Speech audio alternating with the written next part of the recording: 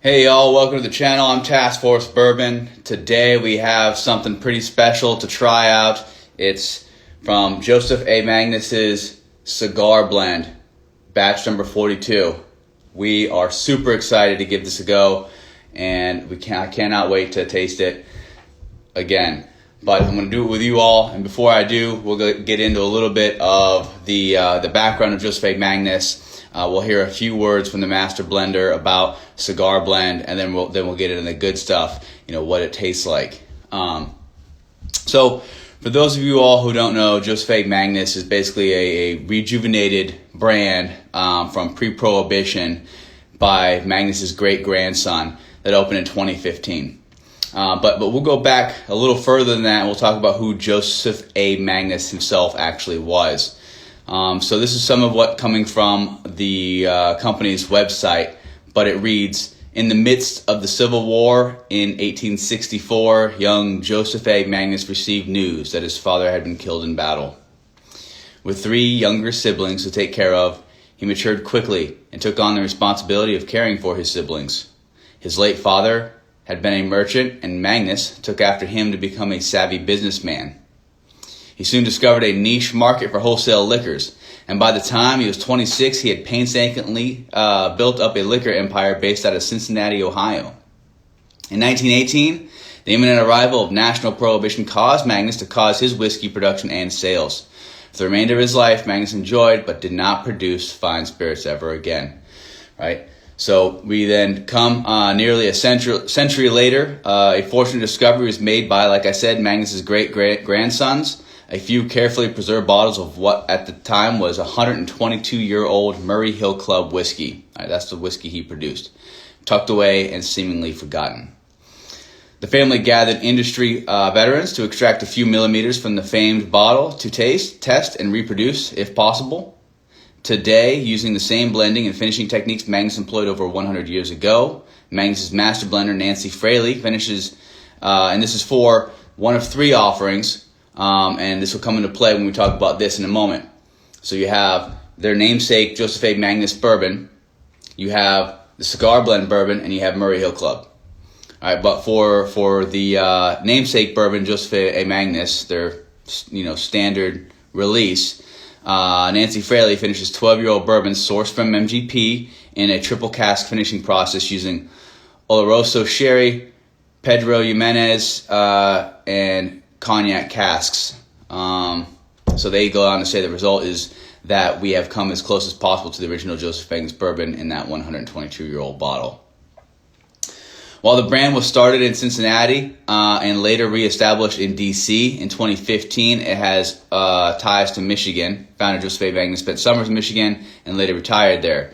Allie Anderson, general manager for Magnus, wrote in a post on his website, quote, West Michigan is known for its storied history of quality craftsmanship and industry, and we are proud to contribute to the legacy of our new location in Holland, Michigan.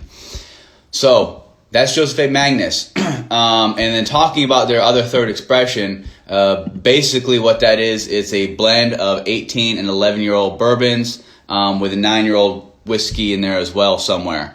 All of a blend to recreate that old Murray Hill Club stuff. Now, when you get to the Cigar Blend, this is kind of interesting because it doesn't really have necessarily anything to tie it to Joseph A. Magnus's storied background, other than the fact that they're using techniques, quote unquote, that were employed by Joseph A. Magnus back, 100 years ago. Cigar Blend was developed, out of the heart and mind of Nancy Fraley, who was a master blender, widely revered whiskey and rum consultant, to literally, quote, enjoy with a fine cigar.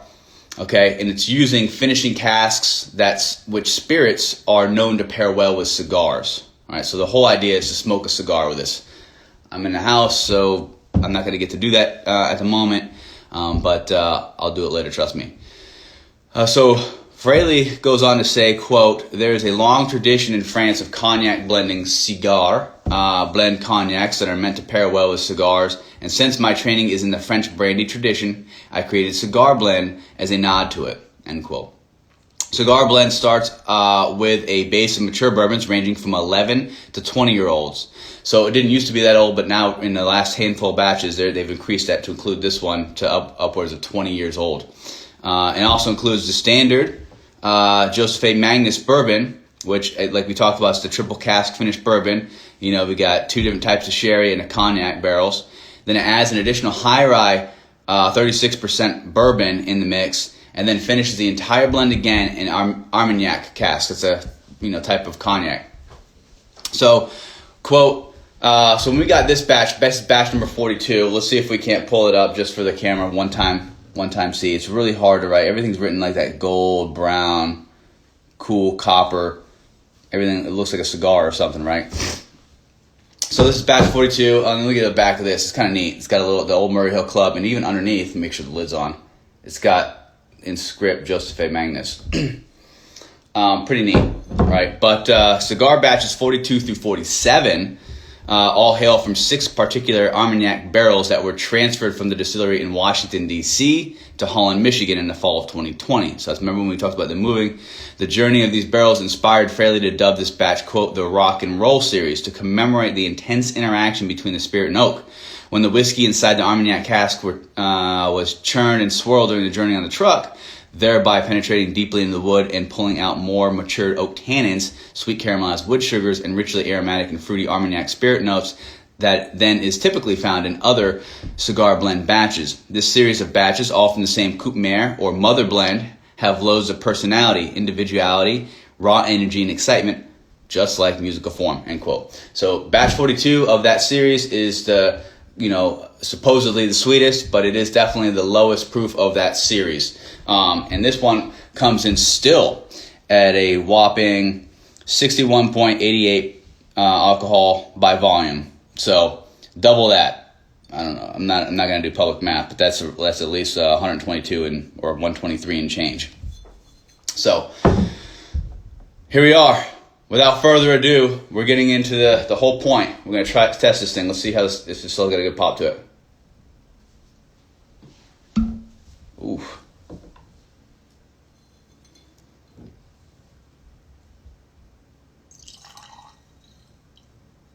Okay, got a nice little pour going on here.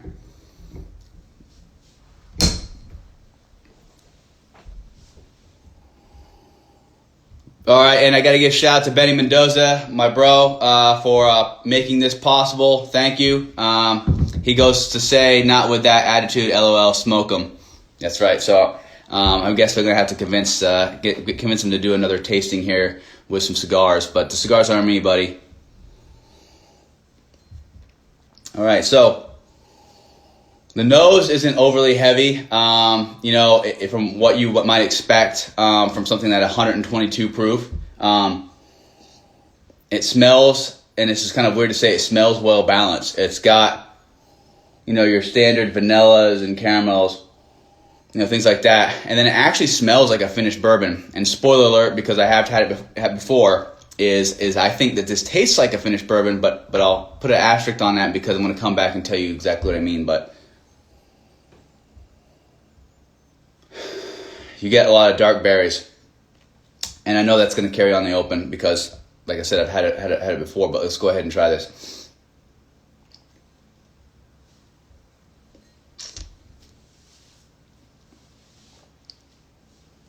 Wow.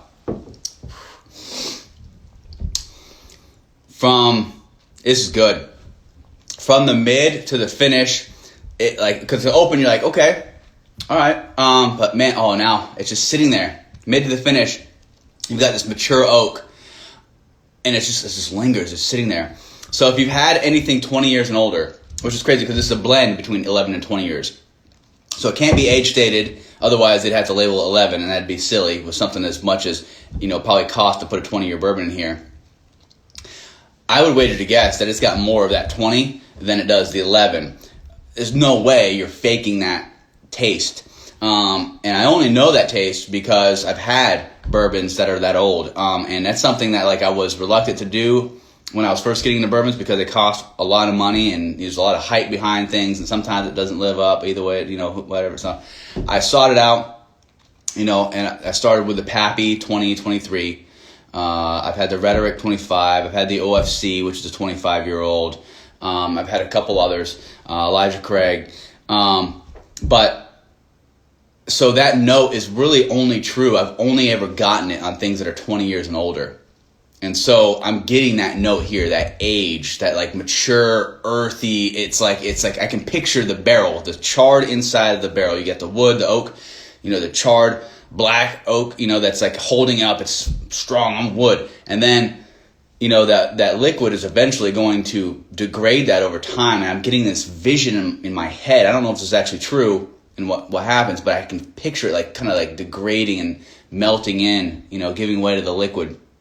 And it's creating this kind of like wet, earthy, musty, cardboardy, and that's all sounds kind of gross, but this is fantastic. It's a fantastic note. You either love that note or you don't. And I see like on the 18-year bourbons, it still has that char heavy, that maybe that lead. If you kind of look that way, I could see you talking about that, or kind of pencil-y.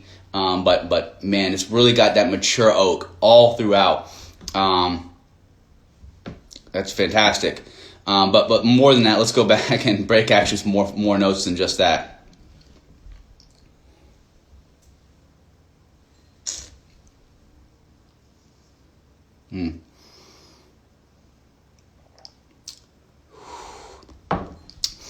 So the open does have those dark berries, but there is this really awesome vanilla in there. It's like a flavored vanilla. I'm not necessarily sure what kind of flavor you got going on here for that vanilla, but it's very rich vanilla. But what's cool is on the mid, it literally tastes like French toast with maple syrup, poured on top. So none of that sugary. Like I don't know how you make your French toast, whatever. Some people I've seen it, they coat it in sugar, and do that. That's not what I'm talking about. I'm talking about your standard.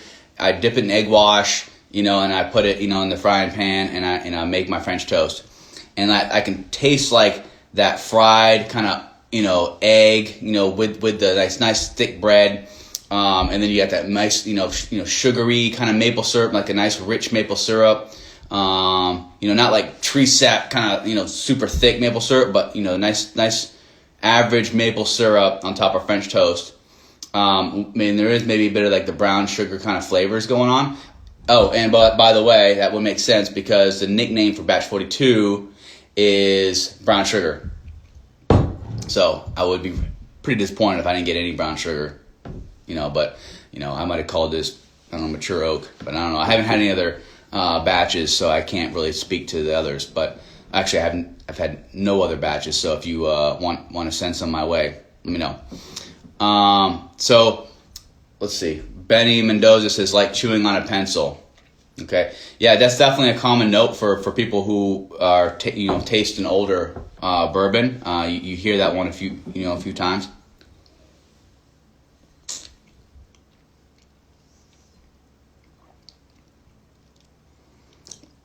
So also on the mid, it's like the back of the mid. It's like a cherry cola.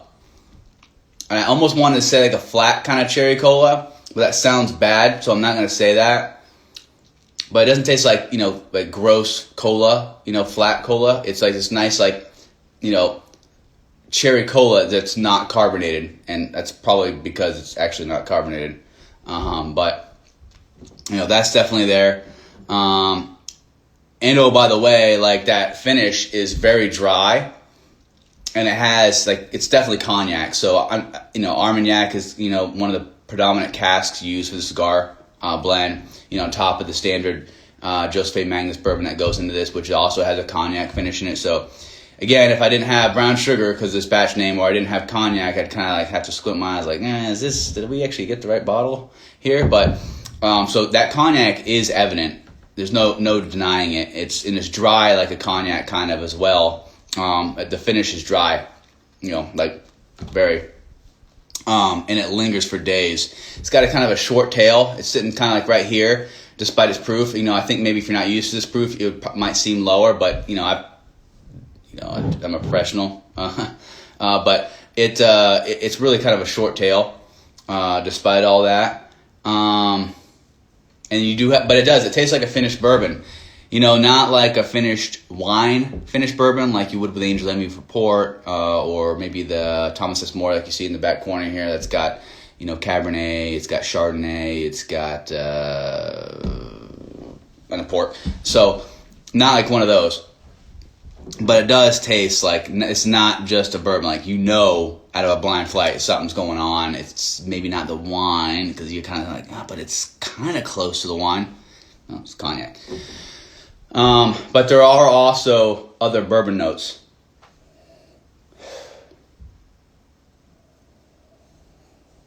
Man, I could spend here a long time, but there's no of that aged oak really on the nose. It does smell like oak, and it smells like finished bourbon with a nice, hefty deal of vanilla. But, as much of that mature oak is like, open mature oak, mid mature oak, finished mature oak. It's ever present.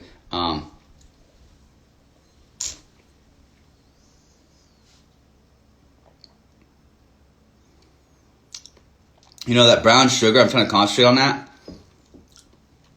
It's very, just to me, I almost barely get it. But what it does is it starts out that kind of flavorful opening, I'll call it that, because like I was talking about the French toast and brown sugar, it's not really sweet. It's not really rich. It's just flavorful. It's got a lot of unique flavors for a bourbon. And that brown sugar adds a much needed sweetness to it. But it hikes it up just for a moment in the sweetness department. Really to let me do something on the open. Oh, by the way, mature oak. Let me do something on the mid. You got that cherry cola. You got that brown sugar kind of speaking up. Oh, by the way, mature oak. And then on the finish, it goes to like this that cognac and that finished kind of bourbon. To oh, by the way, here's some more mature oak. I hope you guys aren't playing a drinking game for every time I say mature oak, because you'd be pretty, smashed right now.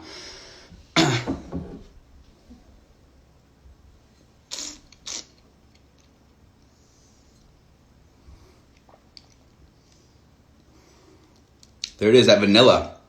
Every sip I get back, I'm like able to dig out one more thing. What is that vanilla flavored with? Remember, I told you, I said it's a flavored type of vanilla. It's not nothing with the cherry.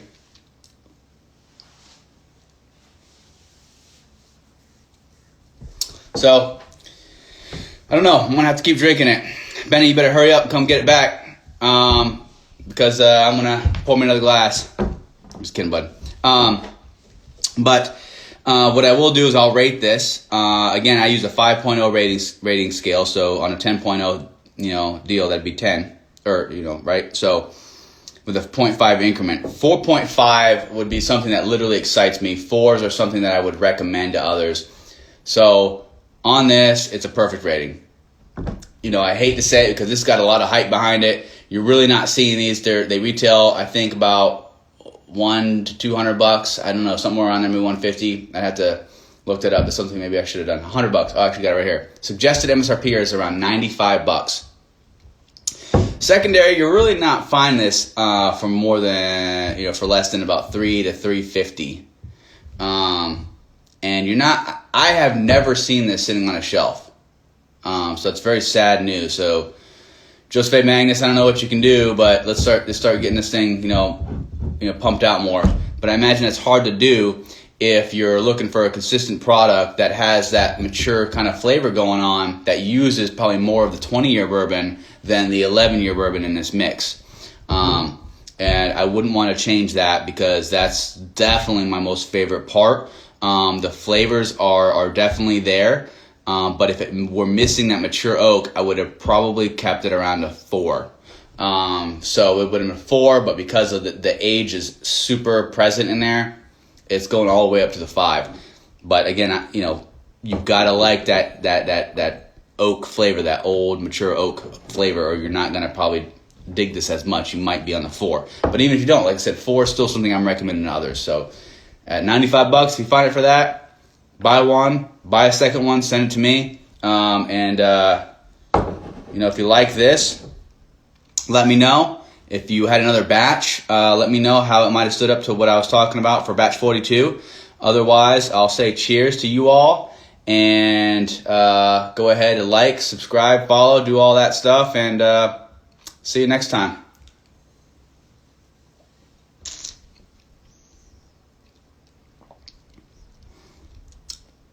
Yep, definitely going to go ahead and pair this with a cigar. See you guys.